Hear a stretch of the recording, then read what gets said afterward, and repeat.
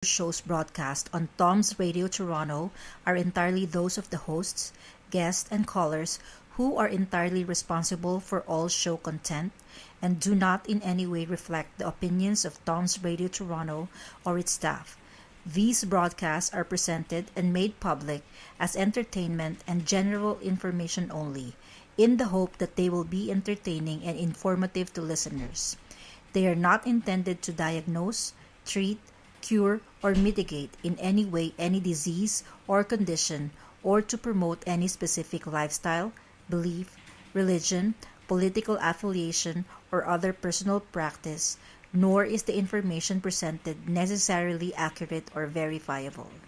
Isang magandang hapon pong muli sa lahat ng ating mga kababayan na aabot po ng ating Tom's Radio Toronto. Ito po ang inyong kabayan Mondatol at ito po ang ating Balitang Bayan News at 4. At syempre bago tayo mag-umpisa, babatiin ko lang talaga congratulations po at ako po ay pumapalakpak sa ginawa po ng ating mga kasamahan sa Augustinian Alumni Association sa ginawa po nilang community pantry na nagbigay po ng mga pagkain pangangailangan sa amin pong mga kababayan dyan sa Jaén, Nueva Ecija. Well, pasalamatan natin ang ating Pangulo ng Second Augustinian Grand Reunion, Semi Calyanga. Siyempre, mga official po sila June Aquino at ang ating insan, Engineer Petronilo Cruz at mga kasama, Greg Collado, Elizabeth Mendoza, Bebby Reyes. Ayan, sila po ang namahala. Si Miona Calyanga. Sino pa ba? Si Semi. Elizabeth Mendoza. Kagagaling. Congratulations. Papalakpakan ko po kayo. Meron pa raw pong susunod. Mga pagkain pangangailangan po yan sa mga kababayan namin sa Jaén, Nueva Ecija. Thank you po. AAA, Pantry. A Community Pantry Project. Ayan. Top of the news at this hour, Ontario School will not reopen for in-person learning until September. Yan po kanina ang inaabangan nating balita. Ontario Premier Doug Ford has announced schools will remain closed to in-person learning for the rest of the academic year. Ford made the announcement alongside Education Minister Stephen Lecce and at Queen's Park this afternoon. The decision contradicts the provincial government's previous promise to reopen classrooms before the economy, which is currently set to begin on June 14. Well, making this tough decision now will allow kids to safely enjoy camps and outdoor activities this summer and a safe return to school in September, Ford said in a news release this afternoon. A source told CTV News Toronto, kanina pinapanood ko yun doon Wednesday, the provincial government is now actively considering whether to speed up the implementation of Step 1. The source said the government is still waiting to see whether the Victoria Day long weekend will lead to an uptick in cases this weekend or whether province will continue to see a decline in transmission that follows the recent trend. Schools had been closed in-person learning since mid-April when the province announced they would be shut down indefinitely due to skyrocketing COVID-19 transmission in the province. When Ford closed schools in April, he said he wanted nothing more than to be able to open the schools up again as soon as possible. Chief Medical Officer of Health Dr. David Williams has previously stated that he wants to see children return to the classroom before the economy reopens. Well, ano masasabi ng mga kalaban ni Ford? Ito po. Meanwhile, NDP leader Andrea Horwath said that children's mental, physical, and emotional health is suffering. Our kids are struggling and parents Often women have been forced to stay out of the workforce or do the superhuman juggling act of helping kids with at-home learning while working from home. Ontario is the only province in Canada with the schools still closed. Oh, that dog Ford is fault. It's the result of his choices, Horwath said. Well, Ford didn't want to spend the money on smaller class sizes. Better ventilation or in-school testing. He ignored the experts and marched us right into the third wave. He didn't vaccinate teachers and education workers early enough or quickly enough. And he's now ignoring experts from Sick Kids, CHEO, and the Canadian Pediatric Society who says kids' mental and physical and emotional health is in jeopardy. The NDP wants to see investment in the schools so they can be reopened regionally and safely. Yan po ang side naman ng mga kalaban ni Premier Ford. Alam mo, nanonood ako paminsan-minsan ng debate diyan sa kan. Nako, kaganda. Well, Ontario reports just over 700 new COVID-19 cases as positivity rate drops. Yan. Ontario health officials are reporting just over 700 new cases of COVID-19, marking a third straight day with infections number below 1,000.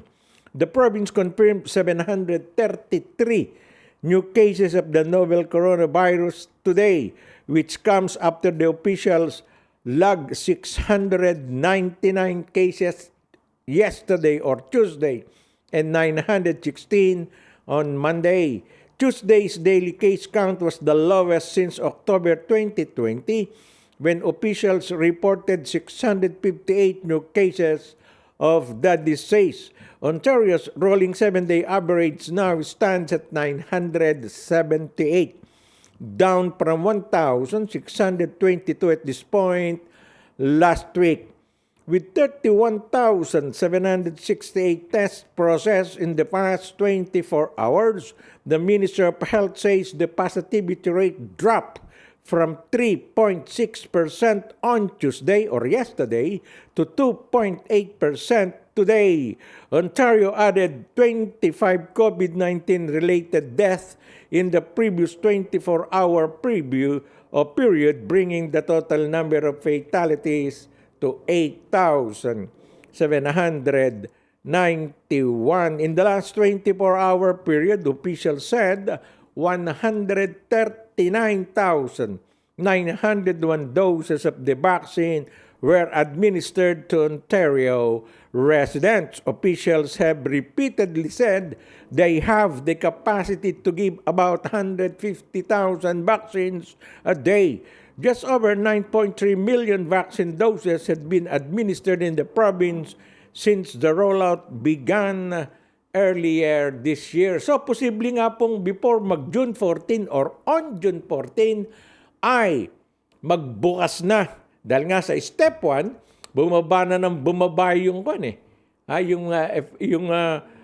tinatamaan po ng COVID. Biro niya, nag-699 kahapon. O ngayon 700 plus na lang. 733. Naman sinasabi ni Ford sa kanyang step 1, step 2, step 3. Step 1, pag more than 60% na nabakunahan sa Ontario, meron na po atang 70%. So okay na, natupad na yung unang criteria. Pangalawa, bumaba nga yung yung tinatama, yung nai-infection. Bumagsak na ng 1,000. Pinakamababa nga yung kahapon, 699. Ngayon, 733. Ganun kababa. Kaya nga po, may posibilidad na hindi nga pinabuksan ni Ford, reopen yung school, yung in-schooling, baka ibalik naman yung mga kwan. Tingnan po natin, malay mo, tiniriya Alam mo, iba yung tinira sa tinirye.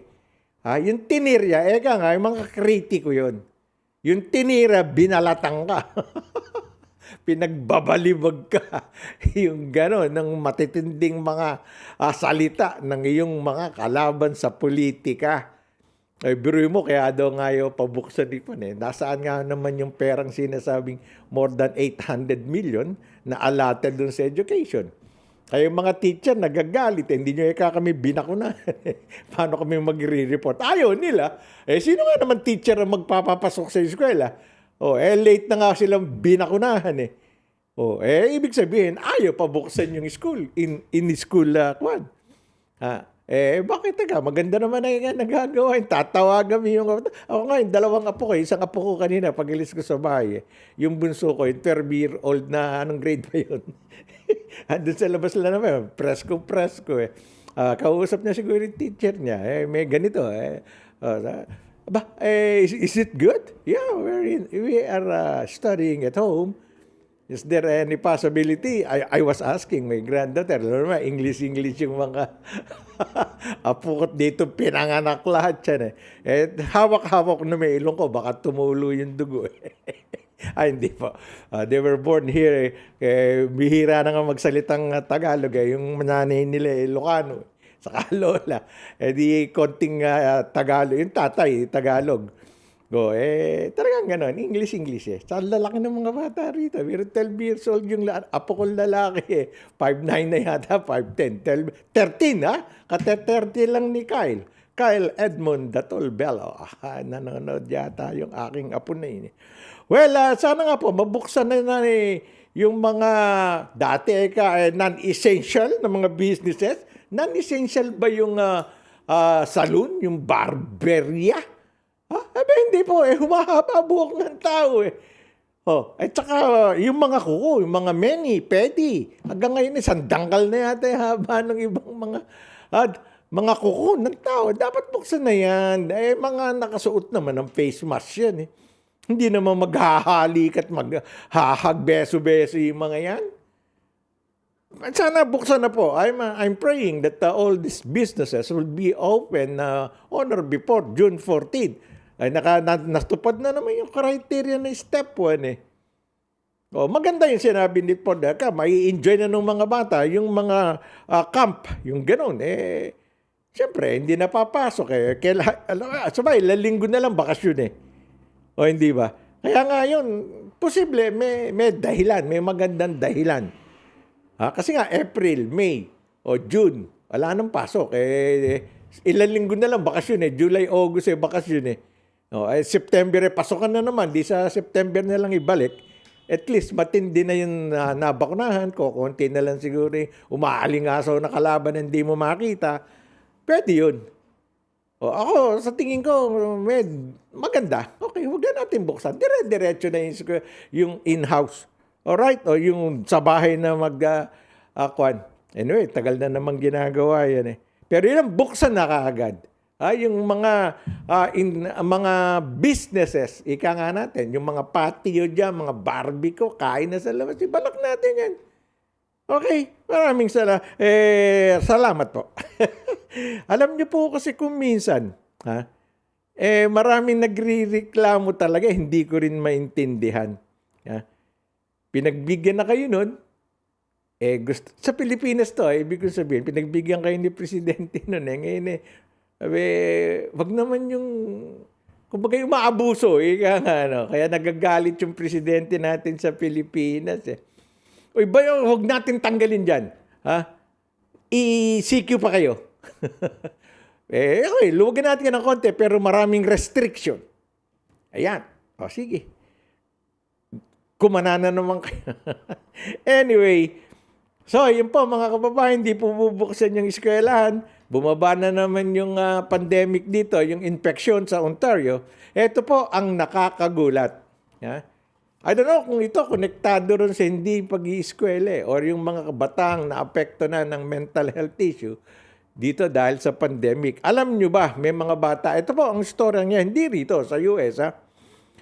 2 children in Florida ran away from a group home broke into a house and engaged in a shootout with law enforcement officer. Responding to the scene, authorities said this morning. A 12-year-old boy, tandaan niyo po, 12-year-old boy, and a 14-year-old girl found guns inside the home they broke into in Enterprise, Florida, and fired on sheriff's deputies. Wow! The Volusia County Sheriff's Office said in a statement. The 14-year-old girl was shot and wounded after she pointed a gun at deputies.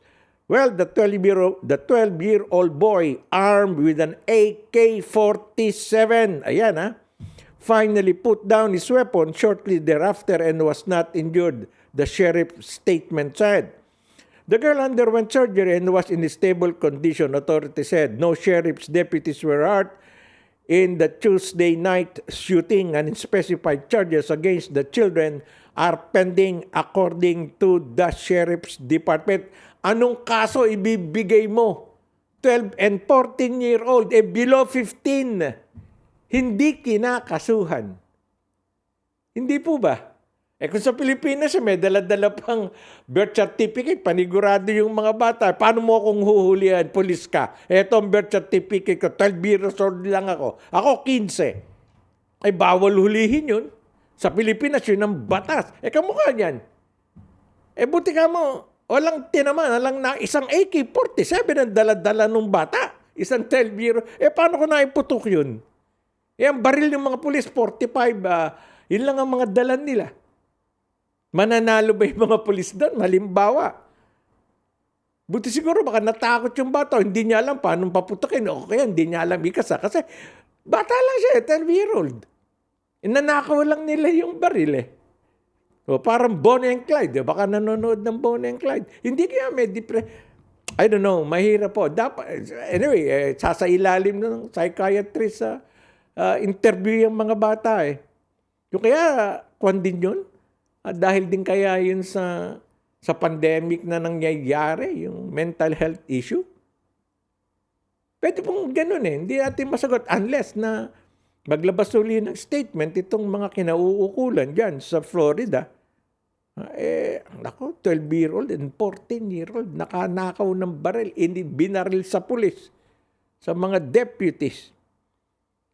Well, the home na pinuntahan nila the home contained a handgun, a shotgun, and the AK-47 along with large amount of ammunition. Ibig sabihin, alang-dalang bala yung dalawa, hindi nila alam ikarga doon sa baril na dala-dala nila. Over the course of 35 minutes, there were 4 exchanges of gunfire. Well, deputy did everything they could to de-escalate, and they almost lost their lives to a 12-year-old boy and a 14-year-old girl. Yun po ang sinabi ng Volusia County Sheriff Mike Chitwood. Oo nga naman, Hindi mo naman makikita kagad kung sino bumabaril siya kasi mga nakatago yan Nagulat sila, isang batang lalaki, AK-47 ang dala-dala. Kailan dito masusing pag-iimbestiga to? Malaman natin kung ano ba ang pumasok sa isipan ng mga batang to. Sila ba ay just enjoying what they're doing? Or dahil nga nabuburyong sila, they want action, nandun lang sa loob ng bahay I-eskwela siguro rin. Posible, pero sabi dito, group home ran away from a group home, broke into a house and engaged in a shootout. Ano ibig sabihin ng group home? Yung ba ay lagayan ng mga batang napupulot sa kalye? Yung gano'n, yung mga batang kinukuha ng social welfare at dinadala ron dahil wala silang mga magulang, mga tito, tita, kapatid na may edad? Yan ang dapat pong imbestigahan dito. What made these kids act like that? Yung nakakitang baril, inilaban na ng barilan. Wow, mabigat po yung nangyayaring yun. Well,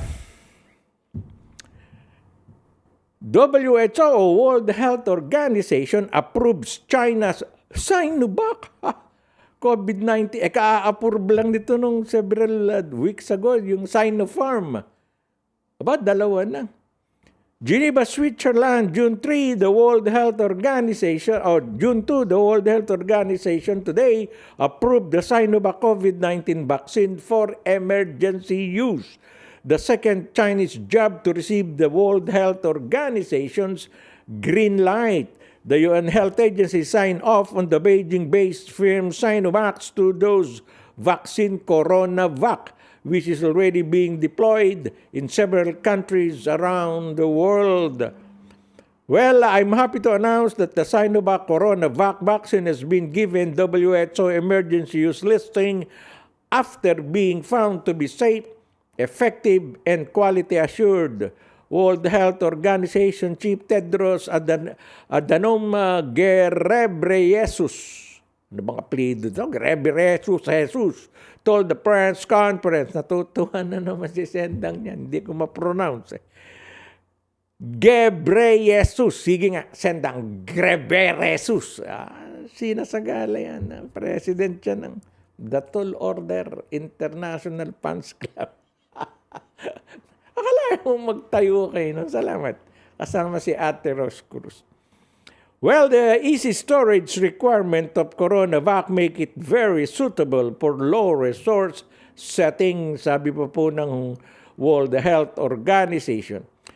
Well, the WHO said the emergency use listing gives countries, funders, procuring agencies, and communities assurance that the vaccine has met international standard. Last month, Sinopharm, yun, sinasabi ko, last month pala yan. Last month, Sinopharm became the first Chinese vaccine to be approved by the WHO. The Sinovac jab is already in use in 22 territories around the world, including, apart from China, the countries using Sinovac include Chile, Brazil, Indonesia, Mexico, Thailand, Turkey, pati po Pilipinas to gumagamit ng Sinovac. Ayan. Well, tatandaan nyo po, sabi ko nga kanina sa report, nangako ang Pilipinas na magbibigay ng $1 million sa COVAX. Ayan. Ito po ang latest niyan. The COVAX vaccine program secured another $2.4 billion from donors until today, Wednesday, but underline it was still struggling to get enough doses to help poorer countries fight the COVID-19 pandemic. The scheme is trying to get enough vaccines for 30% of the population in that 92 of the poorest participating territories, 20% in India, with donors covering the cost. But despite raising more than the $2 billion it was working for, the program's leader said the major challenge was getting the doses after supplies from the Serum Institute of India, or SII, plant dried up. Well, COVAX has already delivered nearly 80 million doses to 127 territories, with AstraZeneca shots making up 97% of doses supplied so far, the rest being Pfizer, BioNTech. The SSI producing AstraZeneca doses was to have been the backbone of COVAX supply chain. However, New Delhi restricted vaccine exports to combat the devastating domestic surge. Still, last month, SII said last month it was targeting resuming COVAX deliveries by the end of the year, but the plan's chief executive Adar Poonawalla was more optimistic today, saying as soon as the situation in India improves, we have to resume supplies to COVAX over the next few months. Ayan, dahil po sa bagyong Dante sa Pilipinas, mga pasahero, sasakyan, stranded sa Batangas Port. Ibabalita po natin yan. Break muna tayo after some words from our friends. Are you an international student who has recently graduated from a Canadian post-secondary school? If If you have graduated from a designated learning institution, you could be eligible to apply for permanent residency under the new pathway set out by Immigration, Refugees, and Citizenship Canada.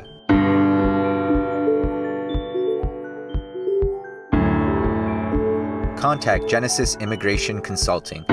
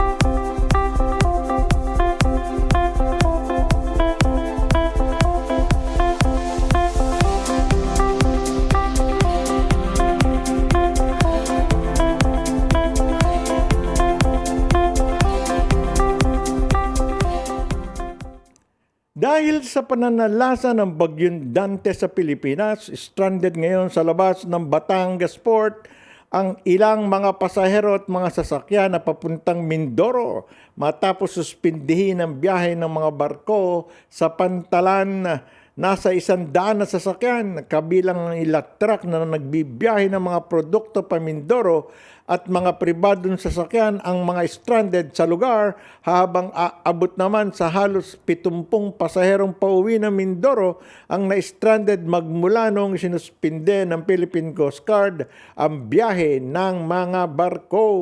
Sinabi naman ni PCG Southern Tagalog District Commander na si Tito Alvin Andal na sinisiguro nilang matugunan ng pangangailangan ng mga na-stranded. Sinisiguro namin kung ano pwedeng ipaabot ng ating mga stranded na pasahero kung nangangailangan sila ng assistant intern. Hindi lang sa pagkain, halimbawa, walang matutuluyan, nagko-coordinate tayo sa mga local government unit, gagaya ng Batangas. Well, talaga pong malaking sinira nung si Dante, yung bagyong Dante. Kanina po, 3 namatay at saka inaabot na po ng kulang-kulang ka 100 milyong piso ang napinsala sa agrikultura at istruktura. Ayan. Interagency Task Force for the Management of Emerging Infectious Disease, IATF. Ayan. MULS vaccine, vaccine passport. Matagal na nilang kinukwanto.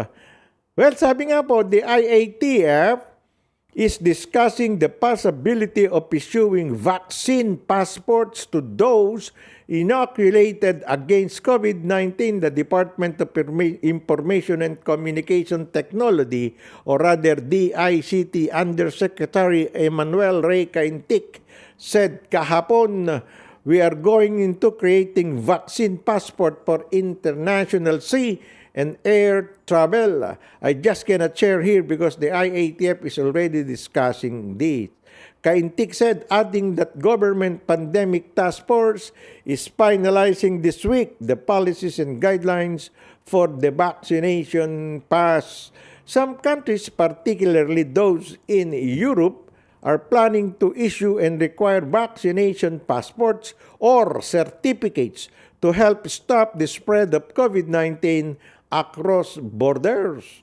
The World Health Organization had to pose such a strategy, emphasizing that preferential vaccination of travelers could result in supply shortages for priority populations considered at high risk of severe COVID-19.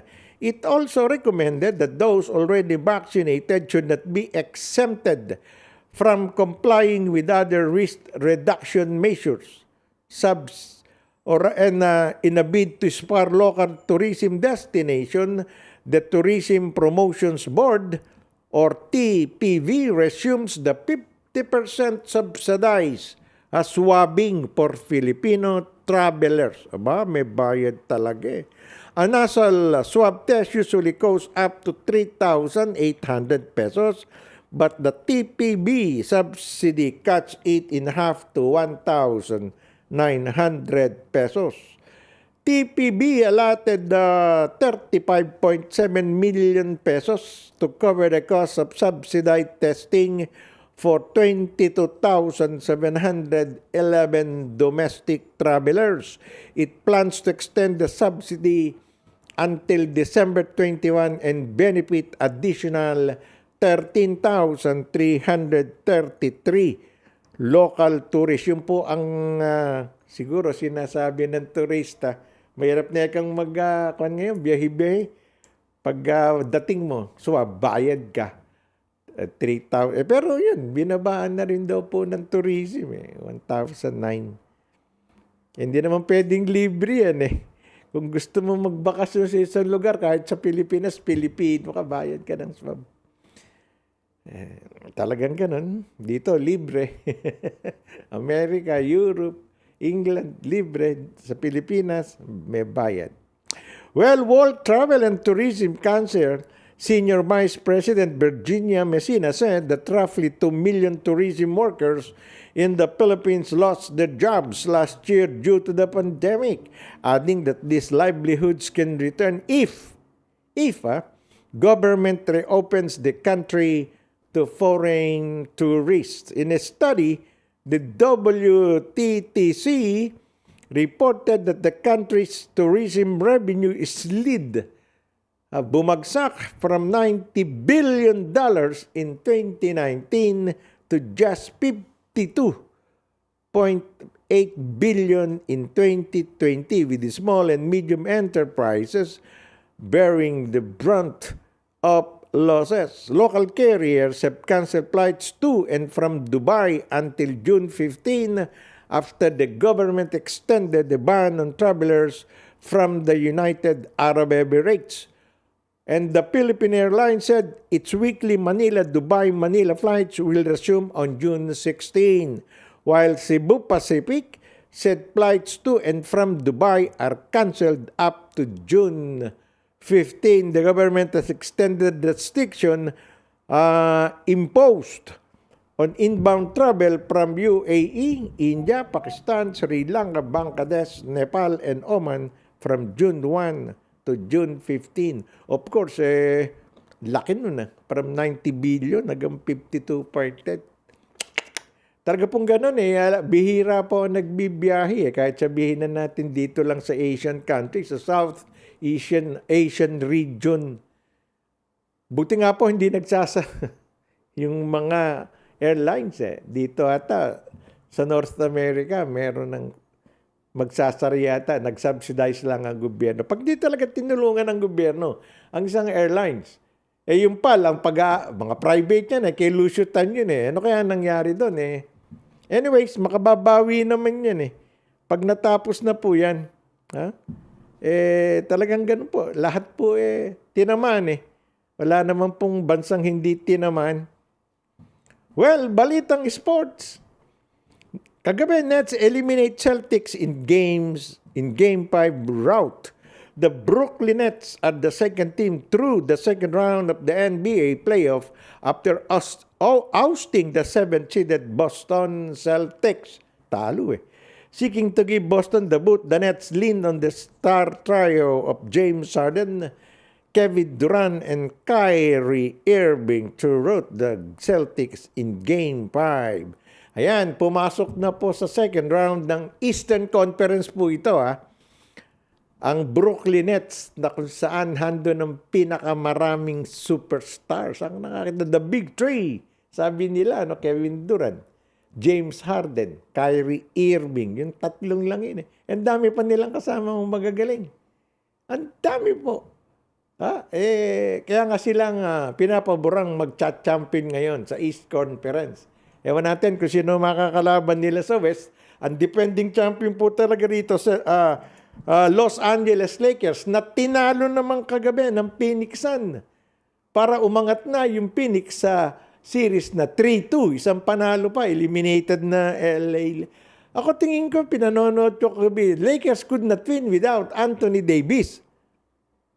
Injured na naman Talaga pong hindi kaya ni James at yung mga kasama niya, malas Yung ring dun nasa Phoenix siya, yung ring ng Phoenix parang ang liit Yung sa side ng LA, ayaw pumasok ng ball Nasa loob na, iikot pa, lalabas pa. Ganun talaga, that's basketball Baka pinaliit talaga Phoenix Sun. No, let's not take it away from the Suns. Maganda po laro nila, aggressive talaga. Walang kalaban wala si Anthony Davis At si Harrell, bakit niya ilang pinaglaro? Tingnan natin sa Game 6. Game 6, kung makatatabla ang Lakers para sa Game 7, para sa pivotal Game 6, makapaglalaro ba si Anthony Davis? Pag hindi nakapaglaro, ulat na yan. Only Anthony Davis could lead the Lakers to the next round with, of course, James. LBJ. Okay. Dito naman po, balikan natin sa East Conference. Pumasok na rin ng Milwaukee Bucks. Pinor-0 nila yung Miami. Sweep. Yung dalawang to maghaharap kagad. Yan ang pinakamalakas sa East Conference. Ang Brooklyn Nets at saka ang Milwaukee Bucks. Ayan, nako. Start na nila sa next day Sino ang papaboran ko dyan? Kahirap po Pero ako, nakita lakas ng Brooklyn Nets. Pero kung minsan gusto ko yung underdog. Ayan, Milwaukee ko dyan. Milwaukee. In 7 games. Ayan, nako. Kasarap. Alright, alam mo yung underdog na sinasabi ko. Itong kay Pacquiao at saka kay Errol Spence. Underdog talaga si Pacquiao. Nakita ko dun sa pustahan sa Las Vegas. Talagang minus 400 siya. Nako, ganon. Pag pumusta ka ng 100, mananalo ka ng 200 to 400, minus 200, o plus 200 to 400 yata si Pacquiao. Kaya pumusta ka ng $100, pag nanalo si Pacquiao, panalo ka, triplado o hanggang 400. Pag pumusta ka naman kay Errol Spence, yung 200 mo, mananalong 100 lang. Yamado ika nga natin. Pero sa tingin ko yan, pagdating ng mga 1 linggo bago maglaban, baka kundi parehas, yamado na si Pacquiao. Pacquiao. Ano ba yan? Hindi naman Pacquiao. Di ba? Ako sa tingin ko dito, ako dihadista ako kahit sa manok minsan sa sabo, kahit sa rackerels ng Yokabe. Ayan. Mananalo po si Pacquiao dyan. Ayan, pupusta ako ng mga $2 dyan. Pacquiao ako. Decision ba? Hindi po. Stoppage yan. It's either TKO or knockout. Or hindi na pwedeng magtuloy. Pag hindi na pwedeng magtuloy yung kalaban dahil sa baksak, TKO, technical knockout yun. Dahil hindi naman nakakatulog Kaya nga sinabing knockout. Pag knockout, tulog, yung kalaban mo nakahiga sa lona. O yung iba lang pong mga nagsasabing knockout yan, knockout. Pero tumayo pa yung boxer. Binave out na lang referee. No more. Yun, technical knockout. Technically, he is knockout. Yun. Yun ang mga terminology sa boxing. Knockout. Decision. Sa Las Vegas po kasi iba-ibang klaseng pustahan Pacquiao in 12 rounds. Ibig sabihin nun, Pacquiao UD, unanimous decision. Pacquiao majority decision. Pacquiao split decision. Mga ganun po. May mga may mga pustahan plus 200, yung ganun. Pag by decision, yung ganun. By knockout, malaking papanalunan mo. Santambak po ang klase ng pustahan sa Las Vegas. Iba-iba. Kaya po yung ibang maraming manunugal, hindi nila alam yung ganong mga terminology ng mga bakbakan sa boxing. Kahit sa UFC, yung combat sports. Ayun. Pacquiao in first round. Malaki yun. Pag nanalo si Pacquiao sa first round, may mga taya na kagad dun Pacquiao in second round or Spence in third round, pustahan kagad yun. Hanggang 15. Ang dami pong klase ng pustahan dyan. Kaya ako, $2 ko, laban, pananalo. Talaga lang patawad. Magte-training daw po sa Amerika si Yumir Marshall, yung amateur boxer. Ba't sa Amerika na naman papadala? Samantalang yung mga kasama niyang mga national boxer na pupunta sa Tokyo Olympics, nandyan po sa Thailand. Kay Grots na naman, we are not the kwampo. Hindi po natin minamata si Grots.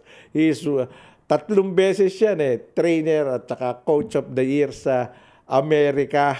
Pero professional yun Ang laban po sa Olimpiada, amateur. You have to train with an amateur coach. Wala namang mananalo sa Cuban coach pag dyan sa boxing Pinakamaraming nag-gold po ang Cuba nung araw pa yan. Amerika, marami rin Pero ang Pilipinas, wala pa po tayong gold sa Olympics. Asian Games World Championship, marami tayong mga ginto. Pero only in the Olympics or the Summer Games na talaga pong hindi pa nakakaisang ginto ang Pilipinas. Posibleng ngayon Tingnan po natin, maraming Pilipino magagaling, hindi lang sa boxing. Weightlifting, Hidilyn Diaz, yung babae pong nag-silver na sa Puerto Olympiada na 2016. Yun. Kaya nga po sinasabi natin, hindi lang isa ang dapat tulungan ng ating gobyerno, national government. Hindi lang isang sports. Lahat po nang pwede tayong magmedalya. Okay, running, mahirap tayong manalo dyan. Pero, obligado pong magpapadala ang Pilipinas. It is the only event in the Olympics na lahat pwedeng magpadala. Ayun, ng event. Lalo't member ka ng International Athletic Federation. Padadalang kayo ng, you are entitled to ganito. Itong kanyon, sasagutin ng IAT, ng International Amateur Athletic Federation, IAAF. Ayan. Kaya, hindi pwedeng mawala ng Olimpiada o rather, atletang pang-Olympics ang Pilipinas. Kahit alam pumapasa sa athletics, obligadong meron. May pole vaulter tayo dyan Si Obiana. Si AJ. Ayan, ang taas tumalon. Merong 5 meters. Pero not enough. World champion nata, 6 or 7 meters ang taas Malayo tayo. Pero at least may na-qualify. Sa swimming, hindi ko po alam kung meron tayong na-qualify. Meron tayo sa skateboarding, meron tayo sa surfing. Ngayon meron ng taekwondo yata, pumasok. Magaling tayo Sana, sabi ko nga nung araw, I'm just joking around here. Sa Maynila, dami pong mabibilis tumakbo. Pwedeng isabak ako yan sa 100-meter dash, 200-meter dash. Saan ka tayo kukuha? Sabi sa biroan namin ng mga naming sports writer. Diyan ka ako sa Quiapo at sa Santa Cruz. Bakit doon? Ang dami nating hahabulin itong mga snatcher. Ang bibilis tumakbo, hindi nga abutan ng pulis Joke lang yun. Yung mga swimmer po, doon sa malalayo, sa Sulu, Hulu, yung mga nagdadiving sa diver na gano'n. Di ba yung mga bata ron sa mga pinakikita naman yung mga nasa barko, iitsahan ng mga coins. Sa dagat, yung mga bata, paglapag sa tubig ng coins na yun, maniwala ka, hala pang ilang segundo, nakataas na hawak na ng mga bata. Naghihintay sa ibaba, yung may babalibag yung mga coins. Coins yun. Ganon kagaling mga diver. Tumatalon sila, sisised, yung mga gano'n. Well, at any rate, sana naman, I don't know kung tama yung gagawin itong Amateur Boxing Association of the Philippines or Alliance, Amateur Boxing Alliance of the Philippines.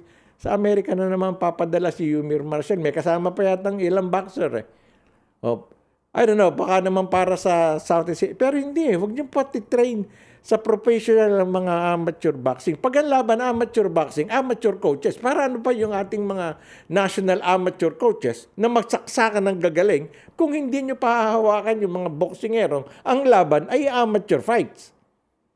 Suggestion ko lang po yan na Kuyang Ed Picson, Mr. Ricky Vargas, yung Pangulo po ng Boxing Alliance. Huwag po kayong padadala sa atleta. Bibigay natin lahat ng kailangan pero huwag niyong paabusuhin. Hindi lahat ng gusto ng atleta ibibigay niyo po. Kung hindi naman para sa kanilang kabutihan. Sa Amerika, doon sa magpunta, daming mga distraction doon. Di po ba? Dito, talagang pag natutunan niya, alam niya magaling siya middleweight 75 kilograms. Yun ang isa sa pinakamataas o pinakamalaking boksingero na ipapadala ng bansa sa Olimpiada. Nagtataka nga lang ako, natalo yan sa Elite Asian Boxing Championship pumasa na siya doon sa nag-first buy. Ang tumalo sa kanya, ang seeded pa. Ano ibig sabihin nun? Kulang sa training o ang training niya suntok, akap, baliwa ng isang professional boxer. Hindi man nanalo sa amateur yan. Tatakbo ka lang, tutukuran ka lang ganyan. Jab-jab ka lang ng amateur, pupuntos na yun. Hindi, ang amateur hindi para sa knockout. Sa puntos. Although, magaling kung kaya mo pabagsakin yung kalaban mo. Pero amateur yan puntos-puntos lang yan. Bihirang malalakas na boksingero. Roy Jones, nakita mo. Yun ang malalakas na Oscar de la Hoya. Mga gold medalist. Si Roy Jones, hindi pala nag-champion yan. Sa Seoul, Korea, 1988. Tinalo yan, nadaya, naupo sa taas ng ring yan. Hindi bumaba. Kahit buhati na. Kasi talo siya. Nadaya raw posibleng nadaya. Tinatamaan niya, hindi siya umi-score. Human error, pag may human error ang involved sa isang sports, mahirap kang manalo pag nagkadayaan. Sa amateur boxing nun, may dayaan Meron po. So easy to determine. Kaya si Onyo nga nun, dapat nag-gold yan. Nakana ika nga natin Nakana. Anyway, may special na balita po ako. Ito po. Sasabihin ko lang title, saka tayo magbi-break. Lola, Lola, Sendang. Muntik nang mabiktima sa love scam, love scam ng isang US Army General. Special na balita. Dito po sa Balitang Bayan News at 4, magbabalik po. Sandali lamang. Are you an international student who has recently graduated from a Canadian post-secondary school? If you have graduated from a designated learning institution, you could be eligible to apply for permanent residency under the new pathway set out by Immigration, Refugees, and Citizenship Canada.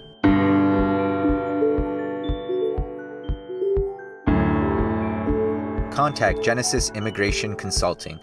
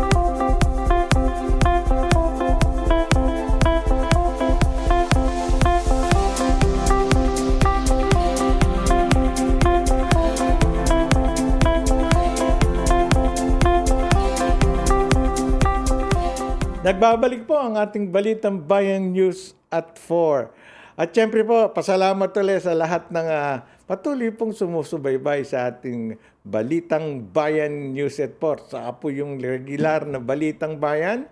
At higit sa lahat yung pong Sabado at Linggong pagkatanghalan, Datol Order. Ayan, Widmon Datol. Thank you very much po sa libo na. Daming libo nun, na sumusuporta, nagbibigay ng magagandang komento. Ayan. Salamat daw po sa malalayong lugar sa ating pong mga kababayan dyan sa Madrid, Espanya yun Yun. Handun yung sila Almalaso. Ayan, mga sa Saudi Arabia. Ayan. Kahit sa General Santos City. Marami po yung mga pang-umaga.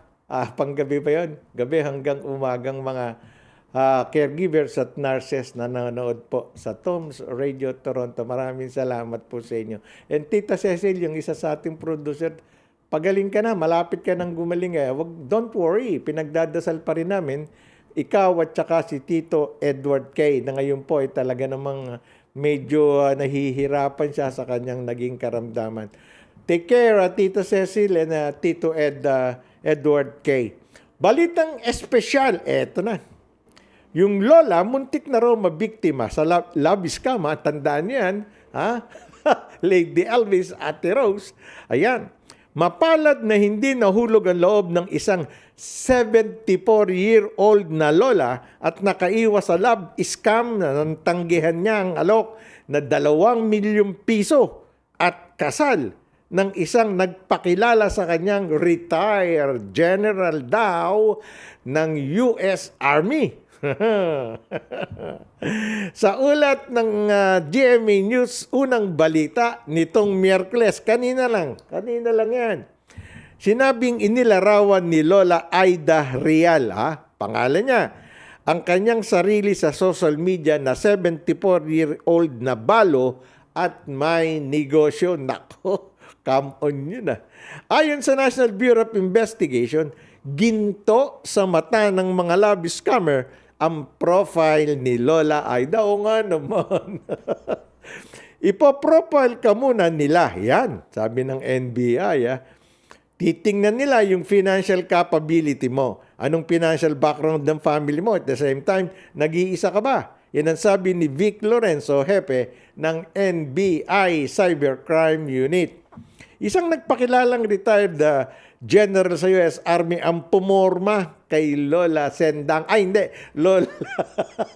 Lola Aida. Nako, Sendang, ingat-ingat. Lady Elvis.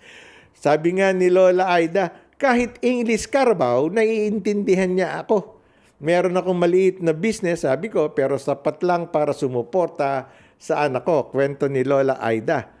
Oo, siyempre, kasi sabi ko noon, baka sakali doon gumanda ang buhay ko. Nagbabaka sakali rin, sagot ni Lola Aida, nang tanungin kung umaasa pa siya sa true love. Lola, 74 na po kayo. Well, hindi po ako sa natatawa. Sa story lang po ako natatawa. Hindi ko po pinagtatawanan si Lola Aida. Well, bilang bahagi ng kanyang modus, sinabihan ng online lover si Lola Aida na padadalhan siya ng dollars. Yun. Ayon kay Lola, umabot ng 2 milyon ang ipadadala umano ng kanyang manliligaw. At nagpahayag pa na balak nitong pumunta sa Pilipinas at pakasalan siya. Pero pinagbabayad si Lola Aida ng processing fee raw na 200,000 pesos para makuha ang ipinadalang 2 million pesos. Mapalad namang nagising si Lola Aida mula sa online gayuma. Online gayuma. Alright, pinakompute ko sa anak ko. Sabi nga na anak ko, 2 million ang halaga niyan, mama. Nagtaka ako. Sabi ko, bakit magpapadala ng ganyang kalaki yun? May balak daw siyang pumunta sa Pilipinas para ako raw ay pakasalan. Sabi ni Lola Aida. Gayunman, may isang kaso sa NBI kung saan umabot ng 10 milyon ang nakuha sa isang biktima. Yung victim na yon, yung nakakuha ng 10 milyon ay isang retiree. Yung pension fund niya or nakuha niya sa retirement niya ang nadali ng scam lover. Sabi ng NBI. Naku, buti na lang, Ganun pala yun. Padadalang kita ng 2 milyon. Kaya lang, may processing fee pala, 200,000. Ang kailangan ipadala mo sa magpapadala na. Buti hindi nadali si Lola, no? Biruin mo, pakakasalan siya. Mabilis na balitang showbiz, Maricel Soriano, 50 years na sa showbiz. Wow, buhay na buhay pa rin ang fans ni Maricel Soriano. Ito ay dahil ipinalabas na ng ABS-CBN Film Restoration sa kanilang ika-50 anibersaryo sa showbiz ng Diamond Star, ang Soltera. Yun, isang kwento ng May-December love affair na pinagbibidahan din nila Dieter Ocampo at Claudine Barreto sa Sagip Pelikula Festival ng ABS-CBN. Gumanap sina Maricel at Dieter bilang Sandra at Eric na may May-December love affair. 50 years na pala si Maricel. Anong bata pa rin yata nag-umpisa ito no? Parang si Vilma Santos, si Vilma Trudis Liit. Si Vilma ay 67 or 68 years old. O ba, di meron ng 60 years, 7 taon lang si Trudis Liit nun Well, yan po ang ating mga balita, top by the love scam ni Lola Aida. Alright, maraming salamat to. Bukas ulit, alas 12 ng tanghali, nag-i-start po ang Tom's Radio Toronto Balitang Bayan Huwebes. At bukas din po ay meron na Let's Talk with my co-host Josie Isla after the news at 4 on Thursday. Ayan na. And in behalf of our producer Cecil Araneta and Josie Islaya and our DJ Ricky Q, ito po inyong kaibigan Mondatol, bidding you temporary magandang hapon po Canada at mabuhay Pilipinas. Balitang Bayan News at 4 signing off. Magandang hapon po. Are you an international student who has recently graduated from a Canadian post-secondary school? If you have graduated from a designated learning institution, you could be eligible to apply for permanent residency under the new pathway set out by Immigration, Refugees, and Citizenship Canada.